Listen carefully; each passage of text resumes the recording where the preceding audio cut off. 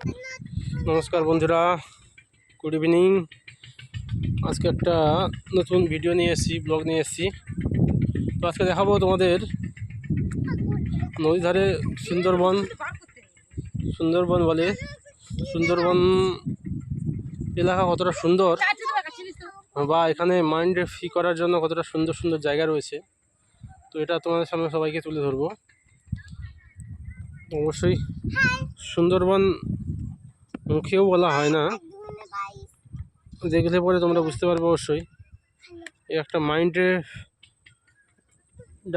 মাইন্ডকে free করার একটা কত সুন্দর প্রসেস, কত সুন্দর জায়গা রয়েছে, যেখানে মানুষ নিজের ডাইভার্ট যে মাইন্ডটাকে ঠিক করার জন্য ঠিক করার জন্য কত সুন্দর একটা প্লেস।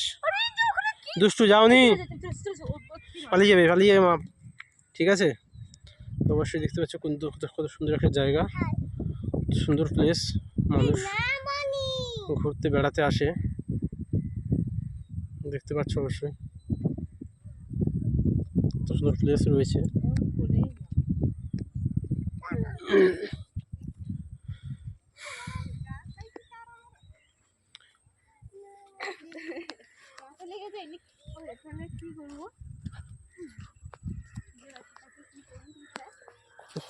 একটা প্লেস, কত সুন্দর।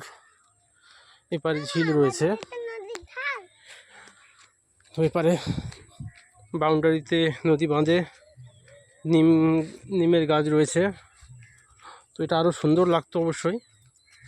যে এই গাছগুলো আজকের না হলেও 5-10 বছর আগে ছিল না। এই গাছগুলো রিসেন্টলি 3-4 বছর হয়ে গেছে।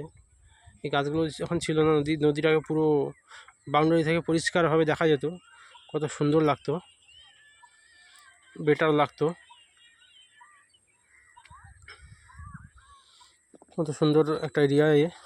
তো আমাদের এটা বলতে পারো পুরো টাইম পাস করার একটা প্লেস, টাইম পাস করার একটা জায়গা।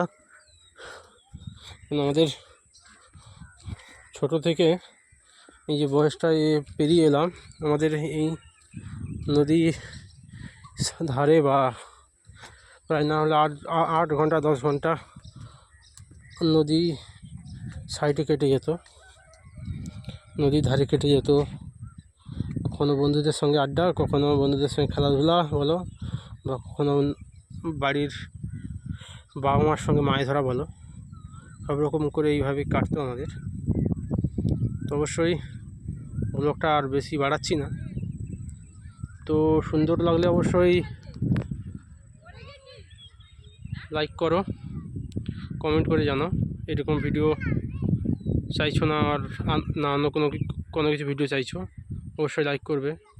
আর পেজটাকে ফলো করে রাখলে এইভাবে নতুন নতুন ব্লগ অবশ্যই পেতে থাকবে। দেখতে পাচ্ছ প্লেসটা অবশ্যই দেখতে পাচ্ছ। তো এটা এই গাছগুলো হয়ে যাওয়ার জন্য আরও দেখতে পাচ্ছ না দূরের যে নদীর পরিস্থিতি বা মহিমা, দেখতে পাচ্ছ না। এটা এই গাছগুলো যখন ছিল না, পুরো ক্লিয়ারলি দেখা যেত এখান থেকে সব কিছু। তো অটোমেটিক দেখা যাচ্ছে কিছুটা, আর কিছুটা অফ হয়ে রয়েছে। তো ভিডিওটাকে এখানে এন্ড করছি। সবাই সুন্দর থাকবে, ভালো থাকবে।